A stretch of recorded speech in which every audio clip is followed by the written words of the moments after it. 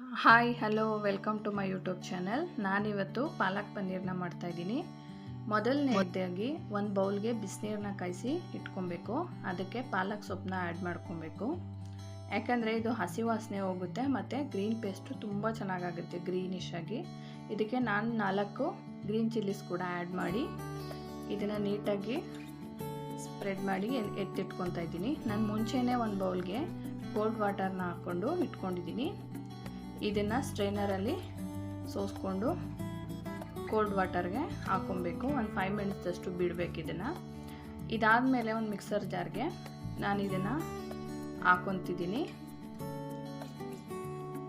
ಸೊಪ್ಪೆಲ್ಲ ನೀಟಾಗಿ ಹಾಕ್ಕೊಂಡು ಇದಕ್ಕೆ ನಾನು ಪೇಸ್ಟ್ ಮಾಡ್ಕೊಳ್ಳೋದಕ್ಕೆ ಒಂದು 4 ಎಸಲಷ್ಟು ಬೆಳ್ಳುಳ್ಳಿ ಮತ್ತು ಒಂದು 2 ಪೀಸಸ್ ಅಷ್ಟು ಶುಂಠಿನ ಇಲ್ಲೇ ಹಾಕ್ಕೊಂಡು ನೀಟಾಗಿ ಗ್ರೈಂಡ್ ಪೇಸ್ಟ್ ಮಾಡ್ಕೊತಾ ಇದ್ದೀನಿ. ನೆಕ್ಸ್ಟು ಒಂದು ಪ್ಯಾನ್ನ ಒಲೆ ಮೇಲೆ ಇಟ್ಕೊಂಡು ಅದಕ್ಕೆ 1 ಟೇಬಲ್ ಸ್ಪೂನಷ್ಟು ಬಟರ್ನ ಆ್ಯಡ್ ಮಾಡ್ತಾಯಿದ್ದೀನಿ. ಬಟರ್ ನೀಟಾಗಿ ಕರಗಿದ ಮೇಲೆ ಇಲ್ಲಿ ಕಟ್ ಮಾಡಿ ಇಟ್ಕೊಂಡಿರೋಂಥ ಪನ್ನೀರನ್ನ ಆ್ಯಡ್ ಮಾಡ್ತಾಯಿದ್ದೀನಿ. ಏನಕ್ಕೆ ಅಂದರೆ ಒಂದು ಸ್ವಲ್ಪ ಫ್ರೈ ಮಾಡಿಕೊಂಡ್ರೆ ಪನ್ನೀರು ಪೀಸ್ ಆಗಲ್ಲ, ಅದಕ್ಕೆ ಸ್ವಲ್ಪ ಫ್ರೈ ಮಾಡ್ಕೊಡೋಕ್ಕೋಸ್ಕರ ನಾನು. ಮತ್ತು ಟೇಸ್ಟು ಕೂಡ ಚೆನ್ನಾಗಿರುತ್ತೆ ಬಟರಲ್ಲಿ ಫ್ರೈ ಮಾಡಿದ್ರೆ.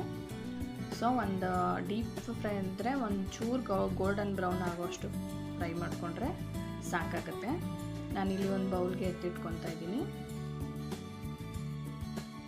ಇಷ್ಟಾದರೆ ಸಾಕು, ತುಂಬ ಫ್ರೈ ಮಾಡೋಕ್ಕೆ ಹೋಗ್ಬೇಡಿ. ನಾನು ಇದೇ ಪ್ಯಾನ್ಗೆ ನೆಕ್ಸ್ಟು ಒಂದು 2 ಟೇಬಲ್ ಸ್ಪೂನಷ್ಟು ಆಯಿಲ್ನ ಆ್ಯಡ್ ಮಾಡ್ತಾಯಿದ್ದೀನಿ. ಇದಕ್ಕೆ 1 ಟೇಬಲ್ ಸ್ಪೂನಷ್ಟು ಜೀರಿಗೆನ ಆ್ಯಡ್ ಮಾಡ್ಕೊತಾ ಇದ್ದೀನಿ. ಇದನ್ನು 1 ಮಿನಿಟ್ಸ್ ಅಷ್ಟು ಫ್ರೈ ಮಾಡಿ ಇದಕ್ಕೆ 1-2 ಆನಿಯನ್ಸ್ನ ಕಟ್ ಮಾಡಿ ಈ ಥರ ಆ್ಯಡ್ ಮಾಡ್ಕೊತಾ ಇದ್ದೀನಿ. ಇದನ್ನು ಕೂಡ ಒಂದು 2 ಮಿನಿಟ್ಸ್ ಅಷ್ಟು ಫ್ರೈ ಮಾಡಿಕೊಂಡು ನೆಕ್ಸ್ಟು 1 ಟೇಬಲ್ ಸ್ಪೂನಷ್ಟು ಶುಂಠಿ ಬೆಳ್ಳುಳ್ಳಿ ಪೇಸ್ಟ್ನ ಆ್ಯಡ್ ಮಾಡ್ಕೊಂಡಿದ್ದೀನಿ. ಇದೆಲ್ಲ ಹಸಿ ವಾಸನೆ ಹೋಗೋವರೆಗೂ ಸ್ವಲ್ಪ ಫ್ರೈ ಮಾಡ್ಕೊಬೇಕು.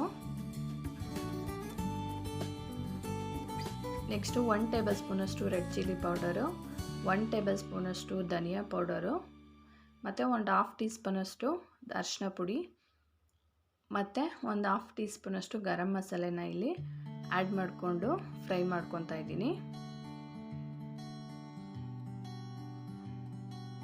ಇದಾದಮೇಲೆ 1 ಟೇಬಲ್ ಸ್ಪೂನಷ್ಟು ರುಚಿಗೆ ತಕ್ಕಷ್ಟು ಉಪ್ಪನ್ನ ಆ್ಯಡ್ ಮಾಡ್ಕೊಳ್ಳೋಣ.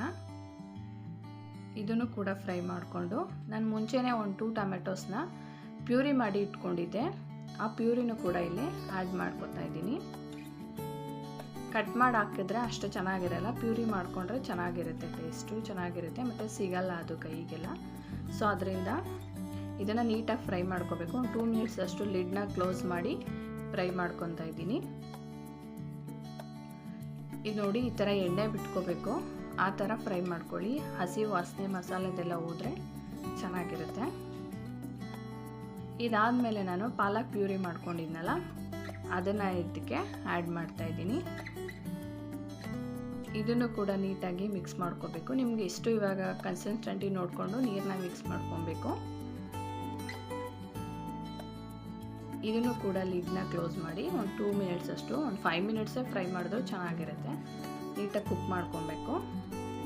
ನೋಡಿ ಈ ಥರ ಕುಕ್ ಮಾಡ್ಕೊಂಡಾದ್ಮೇಲೆ ಒಂದು 2 ಟೇಬಲ್ ಸ್ಪೂನಷ್ಟು ಪನ್ನೀರನ್ನ ನಾನಿಲ್ಲಿ ಪುಡಿ ಮಾಡಿ ಆ್ಯಡ್ ಮಾಡ್ತಾಯಿದ್ದೀನಿ. ಇದು ಯಾಕಂದರೆ ಇದು ಗ್ರೇವಿಗೆ ಚೆನ್ನಾಗಿ ಹೊಂದ್ಕೊಂಡಿರುತ್ತೆ ಮತ್ತು ಚಿಕ್ಕ ಚಿಕ್ಕ ಪೀಸಸ್ ಸಿಗುತ್ತೆ, ಚೆನ್ನಾಗಿರುತ್ತೆ ತಿನ್ನೋದಕ್ಕೆ. ಸೊ ನಾನಿಲ್ಲಿ ಅದಕ್ಕೆ ಆ್ಯಡ್ ಮಾಡ್ತಾಯಿದ್ದೀನಿ.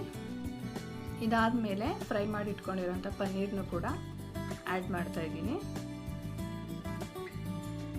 ಇದನ್ನು ಮಿಕ್ಸ್ ಮಾಡಿದ್ರೆ ಮುಗೀತು.